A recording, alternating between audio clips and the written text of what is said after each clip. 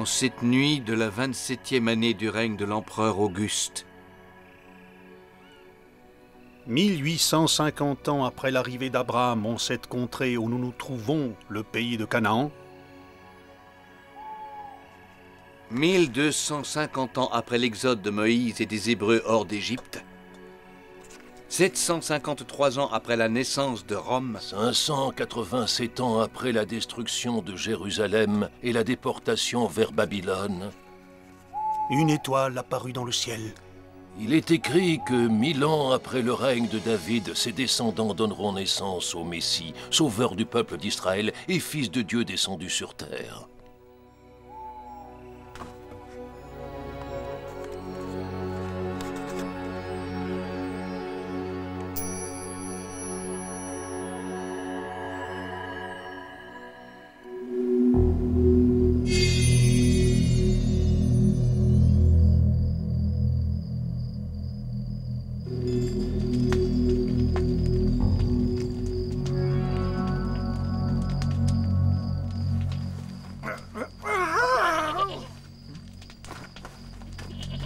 Réveillez-vous!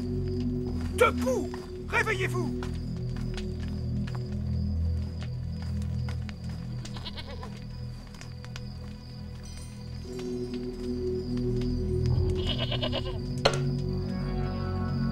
C'est pas la peine.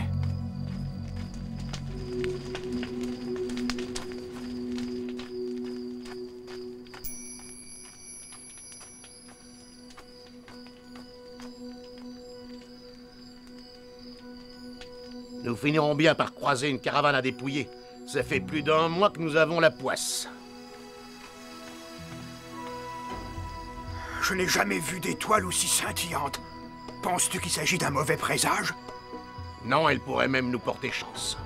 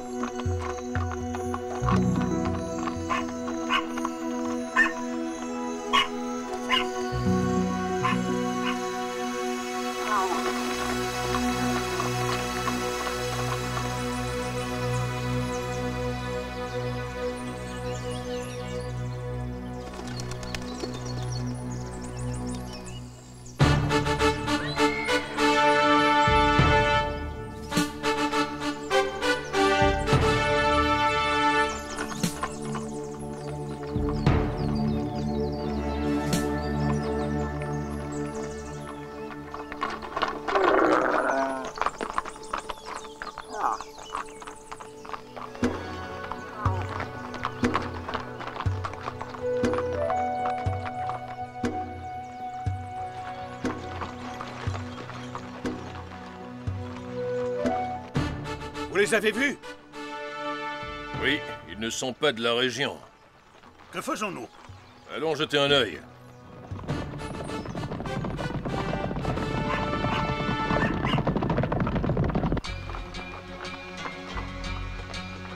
Mais, regardez!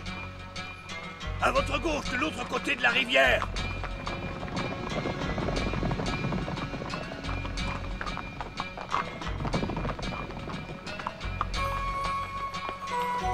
Ah, les voilà.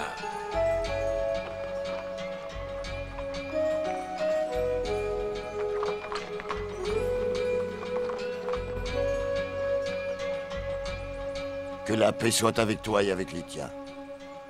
Pareillement, mon frère. Il n'est pas encore arrivé.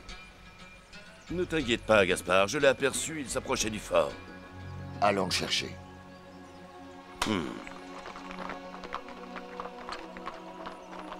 Cela fait 3 ans que nous nous sommes rencontrés dans ta demeure, et depuis lors, j'attends la venue de l'étoile et de ce moment.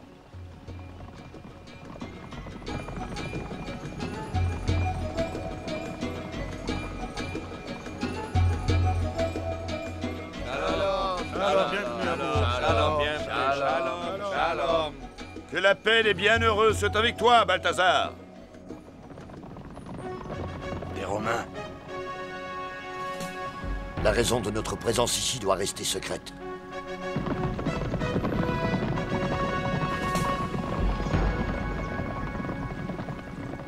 Hey! Que Dieu soit avec toi. Qui êtes-vous? Juste des marchands. Vous sembliez tous arriver de directions différentes. Tous les chemins convergent, vous devriez le savoir. Quelle est votre destination? Nous allons en Égypte. Vous comptez rentrer chargé de marchandises? C'est ça. Vous avez raison. Ferez-vous un arrêt à Jérusalem?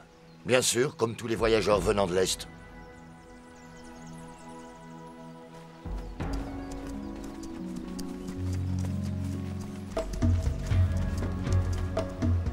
Nous ne sommes pas à la hauteur.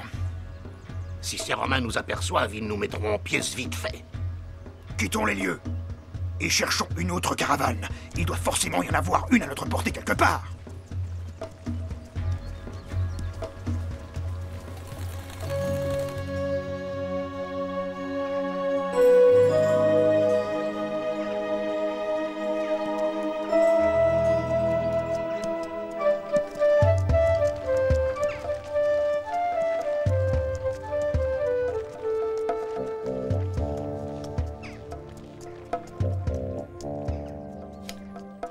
Mon estimation est parfaite. Nous avons parcouru 367 pas pendant l'écoulement d'un sablier d'1 heure. Si je compte 24 sabliers à partir de maintenant, cela nous fait 8808 pas. Si nous maintenons cette cadence, nous atteindrons Bethléem dans un jour maximum 2. Pas vrai, femme? Oh. Probablement, Jacek.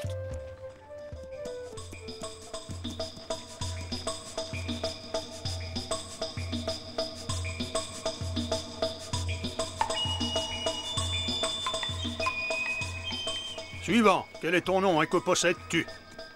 Nous sommes arrivés. Voici mon village natal. C'est ici que nous devons nous arrêter pour le recensement. Nous, il nous faut poursuivre notre chemin jusqu'à Bethléem.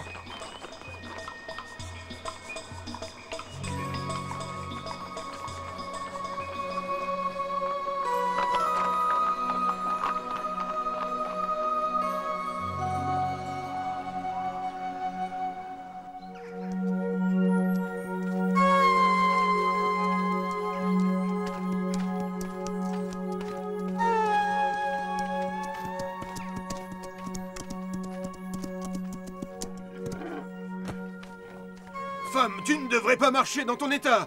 Prends mon âne. Nous ne pouvons pas accepter. Mais où allez-vous? À Bethléem. Moi aussi. Vous me rendrez mon âne quand nous serons arrivés à destination.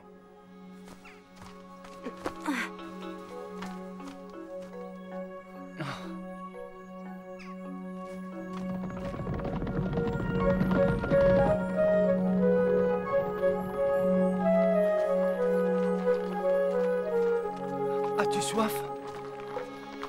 Oui, merci, Joseph.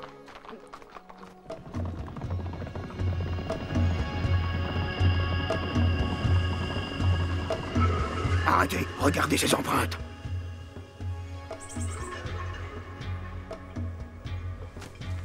Elles sont fraîches. Une caravane bien chargée vient de passer par ici. Je t'avais dit que ce serait notre jour de chance aujourd'hui. En avant!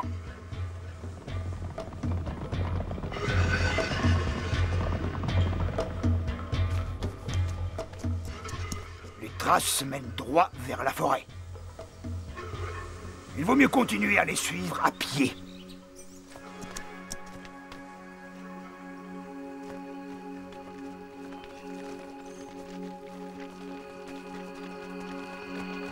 Où allez-vous?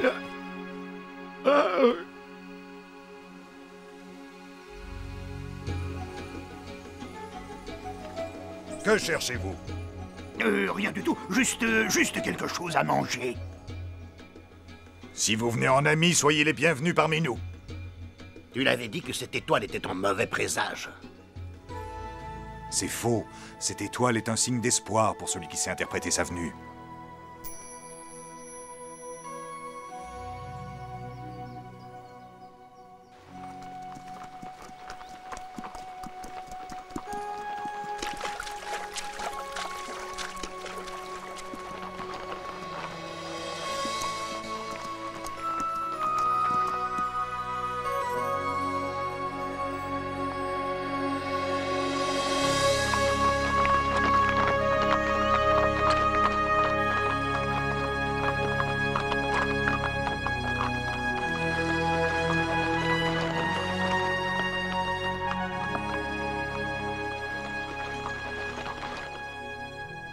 Soyez les bienvenus. Cela fait plusieurs jours que nous attendons votre arrivée.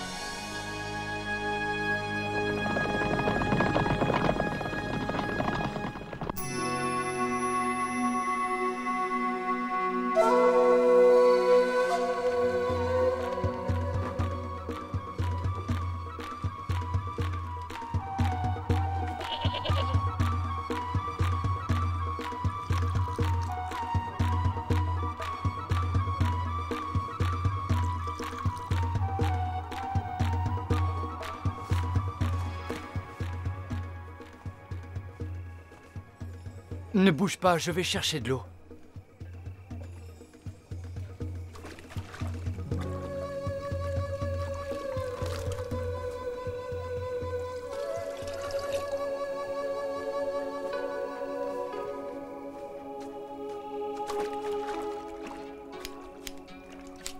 Voyons voir. 3 gorgées chacun et nous sommes à 11. Ça fait 33 gorgées en tout, donc une demi-cruche. C'est ça, femme? Probablement, Jacek.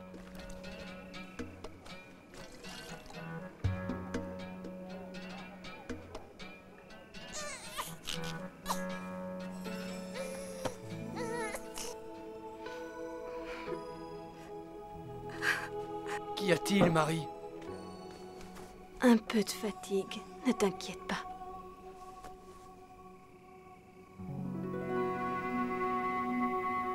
« 1515 moutons, 1516 moutons. Ah, 1500 et... 1517 moutons.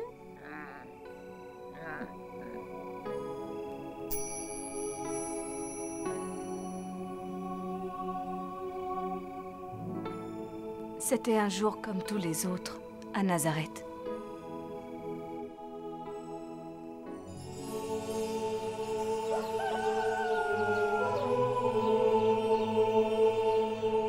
L'ange du Seigneur entre chez moi pour m'annoncer une nouvelle extraordinaire. Depuis, je médite cet événement. Marie, où vas-tu comme ça? Je vais au puits. As-tu besoin d'aide? Ça va. Tu sembles préoccupée, raconte-nous. Je ne sais pas très bien encore.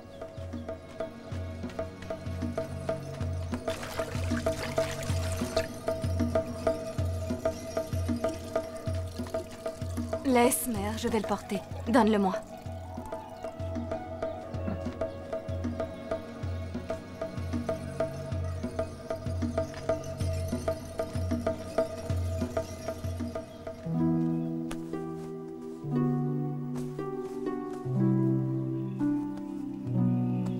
Je vais mettre les pains au four.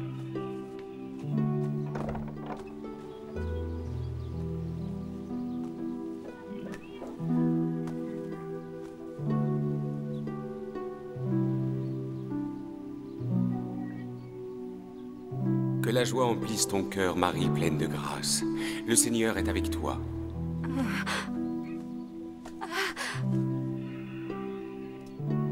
Sois sans crainte, Marie. Mais êtes-vous un ange, un messager de Dieu? Tu as trouvé grâce auprès de Dieu. Tu enfanteras un fils et tu l'appelleras du nom de Jésus. Cet enfant sera grand et sera appelé fils du Très-Haut. Le Seigneur Dieu lui donnera le trône de David, son père.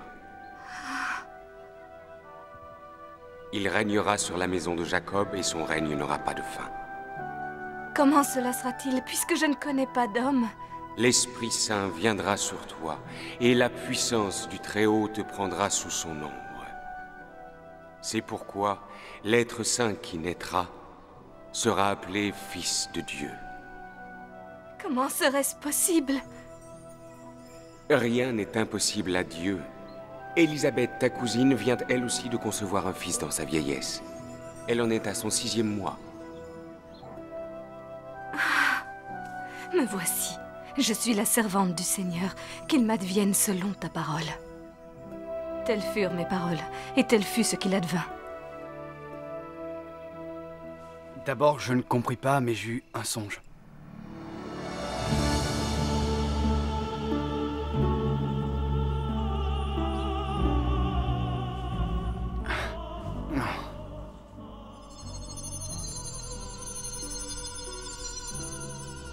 Joseph? Oui? Ne crains pas de prendre chez toi Marie. Aie confiance, Joseph. Elle est enceinte. Cet enfant est du fait de l'Esprit Saint. Tu l'appelleras Jésus. Jésus? C'est lui qui sauvera son peuple de ses péchés.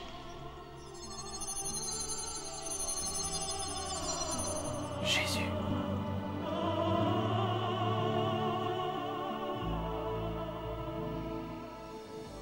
Quelquefois, j'ai peur. La tâche qui nous a été confiée est tellement grande. Pourquoi nous? Qui suis-je pour porter en moi la promesse de Dieu?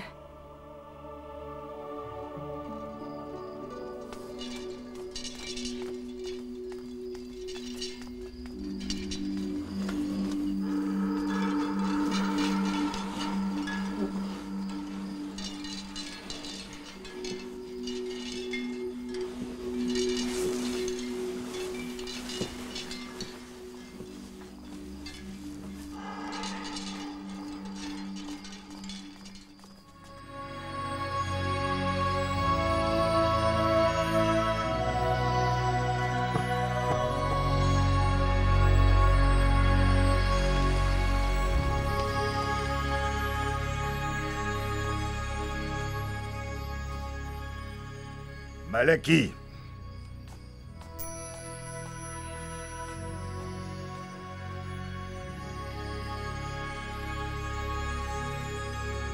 Les anciennes chroniques ne font pas mention d'un tel événement.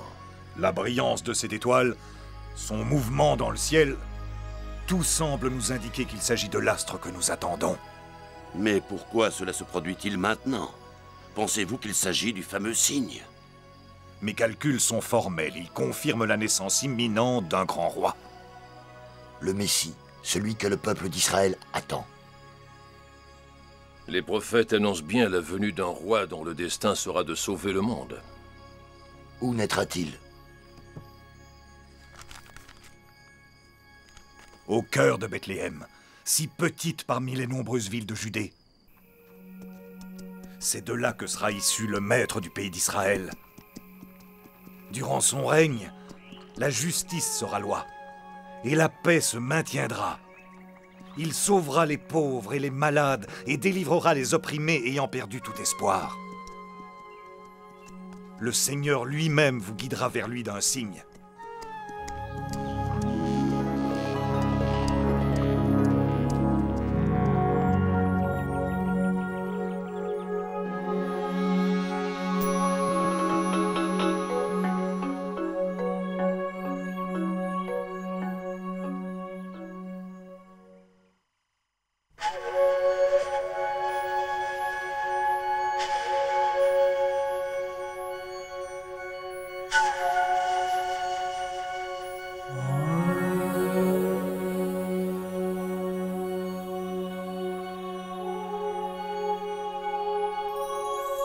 Jésus, un homme qui vécut en terre d'Israël il y a 2000 ans.